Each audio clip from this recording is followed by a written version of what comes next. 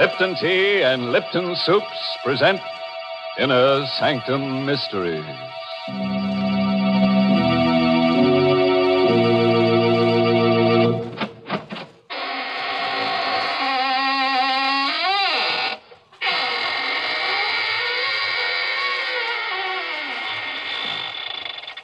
Good evening, friends of the Inner Sanctum.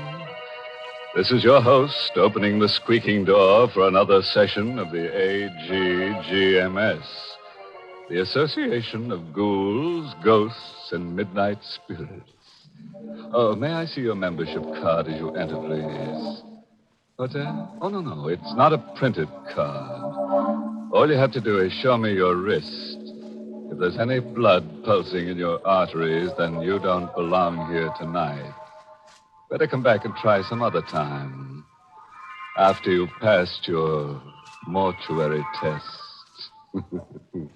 Well, Mr. Host, I'm afraid I don't qualify as a member of your AGGMS, Association of Ghouls, or whatever it is. But I am a charter member of the ILLB Society. The ILLB? What's that, Mary? It's a new one on me. Why, those initials stand for I Like Lipton's Best. To join this club, all you have to do is see that the tea in your teapot is always Lipton's. The club password isn't a word at all. It's that familiar sound of appreciation, mm-mm. For really, Lipton tea is delicious, as zestful and spirited as can be. And the reason? Very simple. It's Lipton's brisk flavor. Brisk, you know, is the tea expert's own word for the lively, full-bodied flavor of Lipton tea. That brisk flavor has made a lot of friends, for more folks buy and enjoy Lipton's than any other tea in the world. So try a cup of Lipton tea yourself. I know you'll say, as so many others do, I like Lipton's best.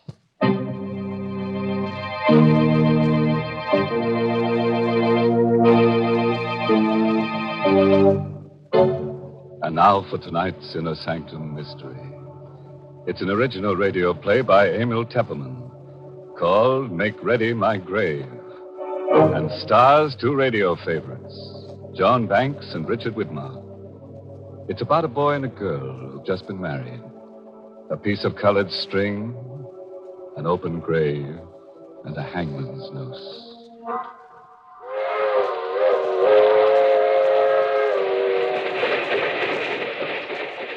That train is the Southeast Limited. See it? Long, sleek, and powerful, clicking off the miles and the humming rails. A masterpiece of 20th century mechanical perfection. Nothing about it to suggest lurking hate or fear or superstition or death. But let's take a look into compartment A, car 17. John and Betty Loomis, just married, are going for their honeymoon to John's ancestral estate. John, I'm so happy. How soon do we get to Louisville? In about an hour, Betty. Just think, I married into one of the oldest families in the state. I hope you'll be very happy, darling. Oh, I will. You do love me, don't you, John? Of course I do, baby. I'll always love you. Always. No matter what happens. What do you mean, no matter what happens? What could happen? John, something's bothering you. No, it's nothing at all. You're hiding something. There's something you haven't told me. It's nothing, Betty. It's nothing to worry about. You don't want to tell me? No, not now. Maybe later. Why are you playing with that piece of yellow string? What? You've been playing with it ever since we came onto the train. Gosh, I never noticed. I watched you. You've been tying a knot in it. A knot? Good Lord. I must have tied it without knowing what I was doing. You've tied it into a noose. A hangman's noose. I don't know how I came to make it or where I picked it up. Well, it's only a piece of string. Yes, it's only a piece of string. Betty. What is it, John? Here, take this. A gun? Take it. But why? If I should ever try to... If I should ever try to strangle you, please listen to me.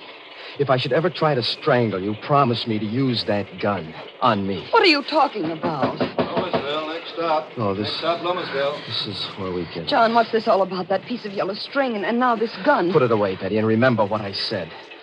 Don't ever forget it.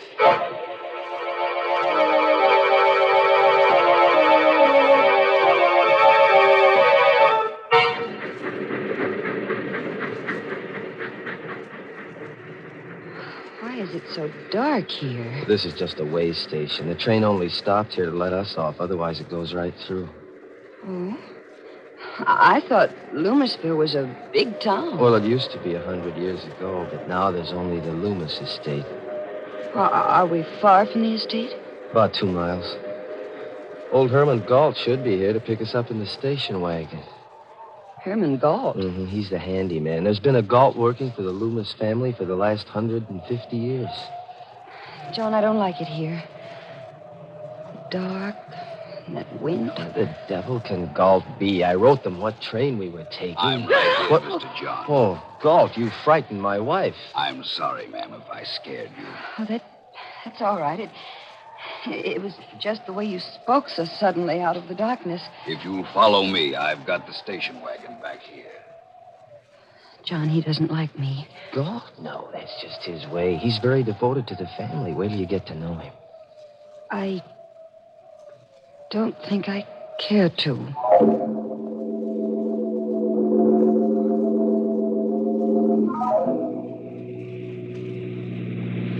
Johnny, he's driving too fast. It's so dark. Don't worry, Betty. Galt knows this road like the back of his hand. We'll be there in a few minutes. I'm frightened. Darling, please, tell me why you gave me the gun. No, I can't tell you now, Betty. Maybe after you meet Uncle Everard. John, What? what's that in your hand? What? Oh. Another piece of string. A red one this time. Well, I must have picked it up in here, off the seat. You've knotted it into another hangman's noose. Galt, Yes, Mr. John. this piece of red string, did you put it here? No, sir. Then how did it get here? You ought to know. Yes.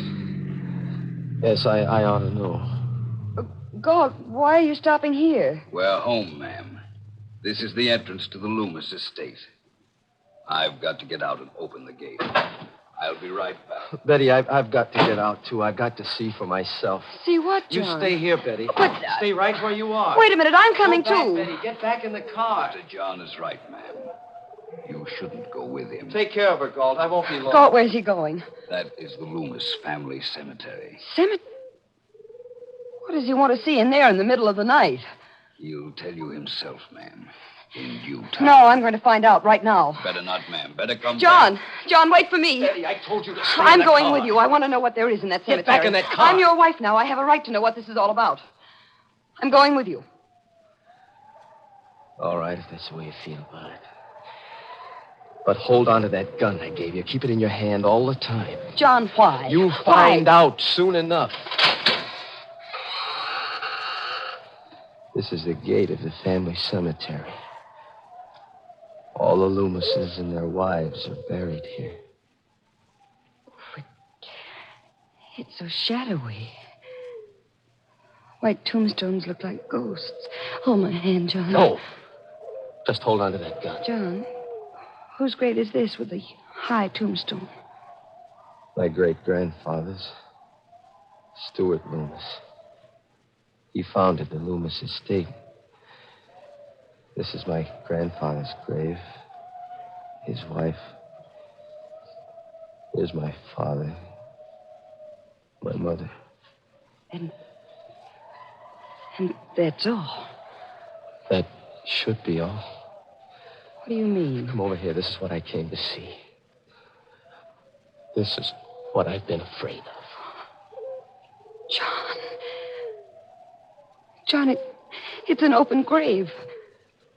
Freshly dug. Yes, Betty. It was just dug tonight. But Who is it for? Betty, darling, I'm afraid it's for you.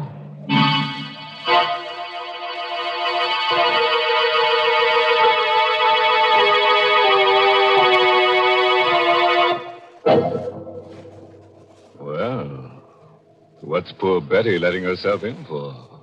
With a fresh grave waiting for her on a honeymoon. And a husband who ties little strings into hangman's nooses. But come to think of it, Betty's a lucky girl at that. How many girls who get married nowadays can count on finding a nice, snug place all ready for them to lie down in and rest? In peace. Gracious, Mr. Host, Betty doesn't seem like a lucky bride to me. Why, most brides have things much easier. Because there's so many things today to help them make their marriage a success. For example? For example, Lipton tea. With Lipton tea on the pantry shelf, a young bride today has a much better chance of making her home a happy one. Just the other day, I was talking to a friend who just got married.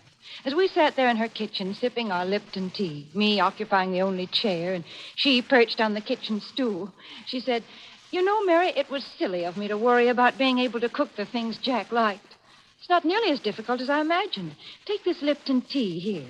It answers the whole beverage problem as far as Jack is concerned. He's happy as long as he has Lipton's morning, noon, and night." Well, I told her I could understand that, because most husbands I know about are partial to Lipton tea. And it's because of the extra satisfaction that's in Lipton's wonderful brisk flavor. Satisfaction, did I say? You just try Lipton tea and see if that isn't an understatement. Try Lipton's tomorrow.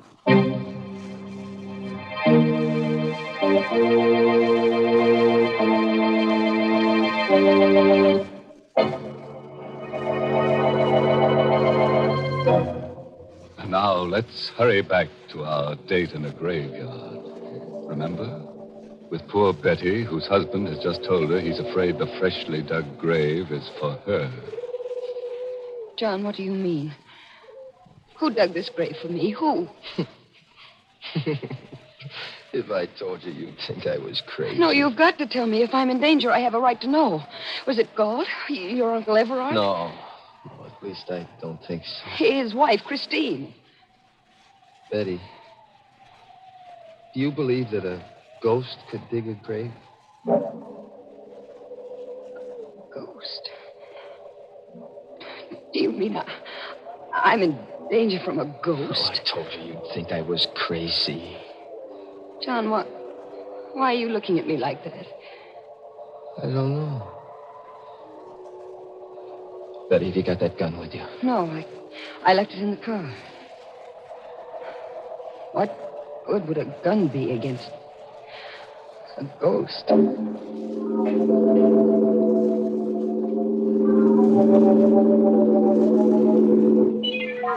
There's the station wagon still waiting at the gate, but I don't see Galt. Maybe he went up to the house. Galt, where are you? Hello there, John.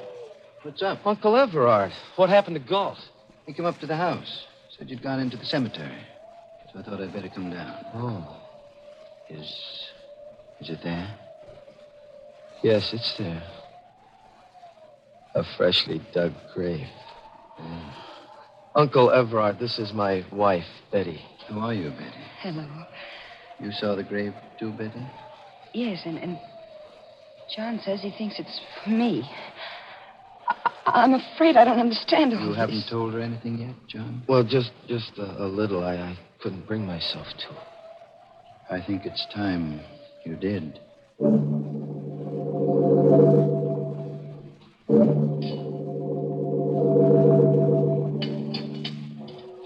More tea, Betty? Thank you, Uncle Everard. I will have a little more. You, John? No, thanks. Too bad Christine is ill. She's upstairs in our room. But I hope she'll be better by tomorrow. You can see her then. Maybe. What do you mean? That grave out there. Maybe it'll be filled tomorrow. John, don't you think it's time you kept your promise to tell me what this is all about? You tell her, Uncle Everard. Well, Betty, there's a ghost in the Loomis family. That's it in a nutshell. Oh, I see. And it was a ghost who dug that grave. Huh? I know it sounds mad. But after 150 years, we Loomises have come to the conviction that it can't be anything but a ghost. 150 years? You mean... John's great-grandfather, Stuart Loomis, settled this strip of seacoast under a patent from the colonial governor. There's his picture over the fireplace. He doesn't look much like you, John. Stuart Loomis was a hard man. There was a French privateer in these waters who made a lot of trouble in those days. Gaston Leroux, who sailed the seas with his wife, Antoinette. But what has a French pirate and his wife to do with that grave? Stuart Loomis captured Leroux and his wife, and under the authority conferred upon him by the governor, had the power to hang them. You mean the woman, too? Yes. He hanged them both on a gibbet where our family cemetery now stands. Oh, how terrible. Before he died, Gaston Leroux laid a curse on the Loomis family. He swore that just as his wife was hanged, so would all the Loomis women die. He swore that he would come back and dig a grave for the wife of a Loomis in every generation and furnish the noose by which a Loomis would strangle his own wife. But that's incredible. Short while afterward, a fresh grave was found beside the gibbet where Leroux had been hung. That night, Stuart Loomis's wife, John's great-grandmother, was found hanging by the neck from the eaves of this very house. And Stuart Loomis? I told you Stuart Loomis was a hard man and had made many enemies.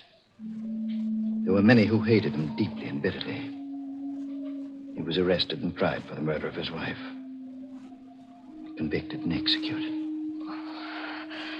Now you know the secret of the Loomis family. But, John, that still doesn't prove there's a ghost. No, that one incident doesn't prove it. But it happened again when the next Loomis married, John's grandfather. And to the next Loomis, John's father. Sometimes a year after he married, sometimes 5 years. But the curse never fails. It's happened in every generation? Yes. And now, John Loomis has brought a new wife home. There's a freshly dug grave waiting in the family cemetery. Then I'm next. I don't know, Betty.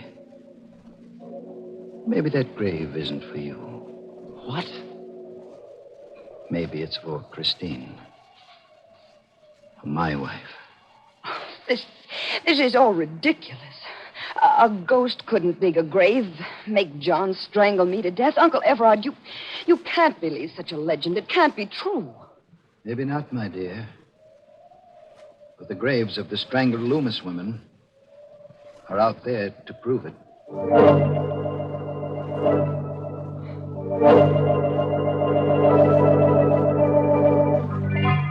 Well, this is your room, Betty.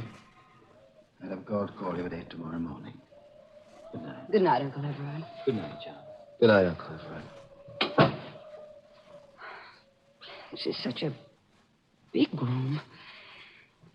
It's so gloomy. The whole house is like that. It lies gloomy and sullen under the Loomis curse. Oh, Betty, I love you so much. We'll beat the curse together. Let me go, darling. I want to change my clothes and wash. All right. There's the bathroom over there. I'll only be a minute. All right, darling. Oh, it's a lovely bath. Betty, what is it? John, quick. What? Look.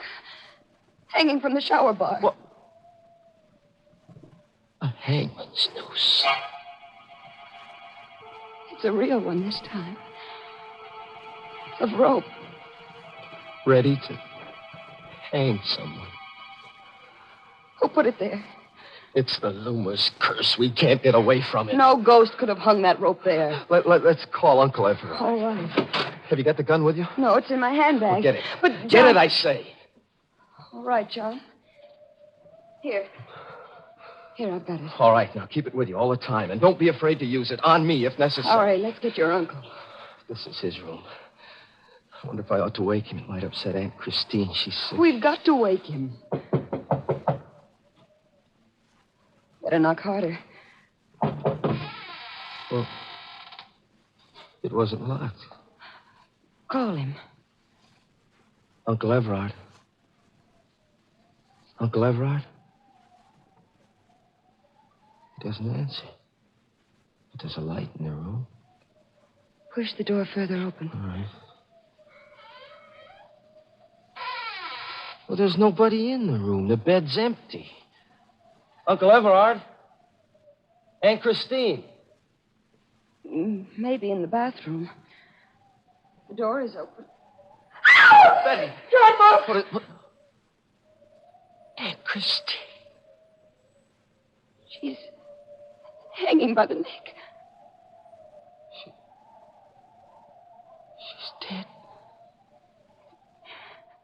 It's the same kind of a noose as in our bathroom. Uncle Everard hanged her. It's the Loomis curse catching up with us.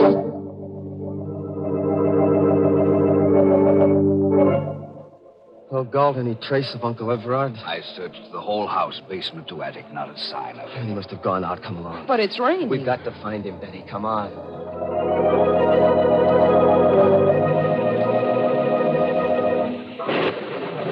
So dark out here, how will we ever find him? I have a flashlight, ma'am. You look. What? Fresh footprints in the slush. Oh, they must be Uncle Everard's. They lead down toward the cemetery. Come along, Galt. Here, Mr. John, you can see for yourself. The footprints lead right to this new grave. But why did he come here? There's the answer, Betty. A cross at the head of the empty grave. Throw your flashlight on it, Galt. There's something written on it. It says Christine Loomis. Betty, what is it? Look. Over there. Another grave. He's dug another one. There's a cross on this one, too. Does it say anything? Yes. Yes, it does. It says Betty Loomis.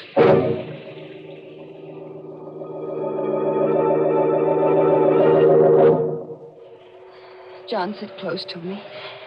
That portrait of Stuart Loomis over the fireplace looks so real. It frightens me. Now, remember, Betty, whatever happens, hold on to that gun, and don't be afraid to use it tonight. Where is Galt? He ought to be here soon. He went to look for some weapons. Here I am, Mr. John. Galt, you always frighten me coming in so quietly. I'm sorry, ma'am. Here, Mr. John. These ought to be pretty good weapons. Size? Yes, I had them sharpened only the other day. They could slice a man's head off in one stroke. Take one, Mr. John. Thanks. But I'd hate to use it on Uncle Everard. If he shows up tonight, you'd better use it. Maybe he's come back into the house through the back way. I'll go through the house again if you'd like. This time I'll start with the attic. Be careful, Galt. I will, Mr. John. John, I don't like him. Galt? And I don't think he likes me either. Oh, that's not true. Darling, what's that? Must be Galt in the attic. Help, Mr. John! Help! He must have met Uncle Everard hiding up there. Stay right here, Betty, and hold on to that gun. John, be careful. Don't worry. Just take care of John, yourself. come back. I'm frightened. I'm afraid to be alone. There's nothing to be afraid of. I have this gun. And if anybody comes... The lights. The lights went out.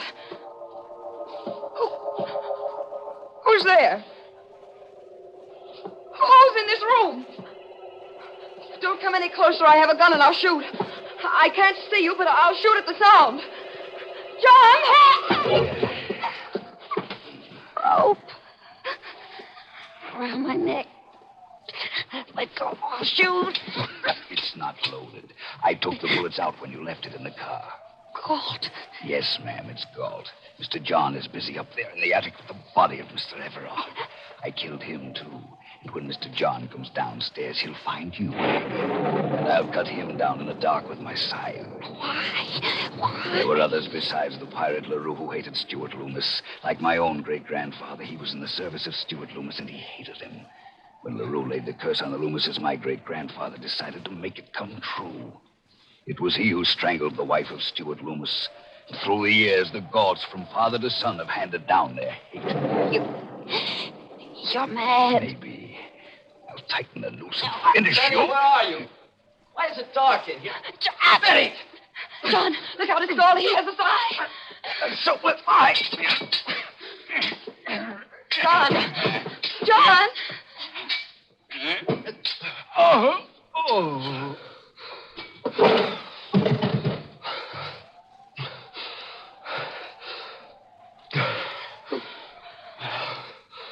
Who is it? Oh, darling, where are you? Here, John, here. Oh, darling. We finished forever with the Loomis curse.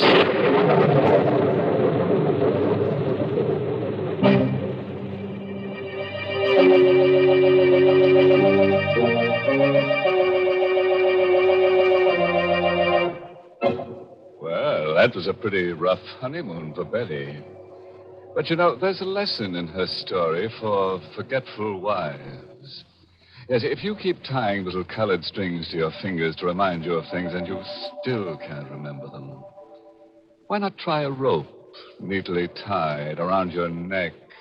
It's sure to help you forget. Oh, dear, Mr. Host. There you go telling our listeners how to forget things when I've got something for them to remember. Oh, I didn't realize that, Mary. What is it you want them to remember? It's Lipton tea, folks. And you don't need any string tied on your finger or any such reminder. To make sure you get it when you visit your grocer's tomorrow, just remember that Lipton's is the tea with the wonderful brisk flavor. The fine quality tea that gives you all the goodness nature meant tea to have.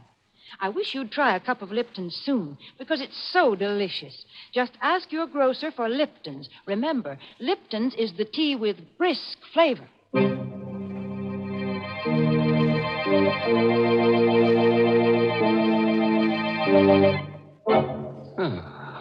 And so our evening's over, with the usual quota of corpses to qualify for the ghoul school. We're working on a special matriculation for bachelor ghouls. In case you didn't know, a bachelor ghoul is one who believes that two can die as cheaply as one. Oh, by the way, this month's Inner Sanctum mystery novel is I Hate Blondes by Wolf Kaufman. And next week, the makers of Lipton Tea and Lipton Soups will bring you another Inner Sanctum story directed by Hyman Brown and called Dead Man's Turn. It's a little night course in murder, that's all. As you have your choice of majoring in choking, shooting, drowning. But why don't you just listen in to Inner Sanctum next week and you'll get all the inside dough. Oh, yes, next week part of the country goes on daylight saving time. If your area remains on standard time, tune in to Inner Sanctum 1 hour earlier. Until then, good night. Pleasant dreams.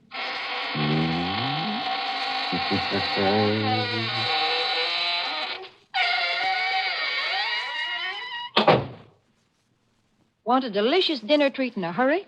Then Lipton's noodle soup mix is the thing for you. In just a few quick minutes, you have a grand-tasting chickeny soup ready to serve. Lipton's noodle soup is full of tender, golden noodles and seasoned to perfection. And it's economical, too. Costs less and makes lots more than ordinary canned soups. Just ask your grocer for Lipton's noodle soup mix. Your family will love it. And don't forget to tune in next week for another Inner Sanctum mystery. This is CBS, the Columbia Broadcasting System.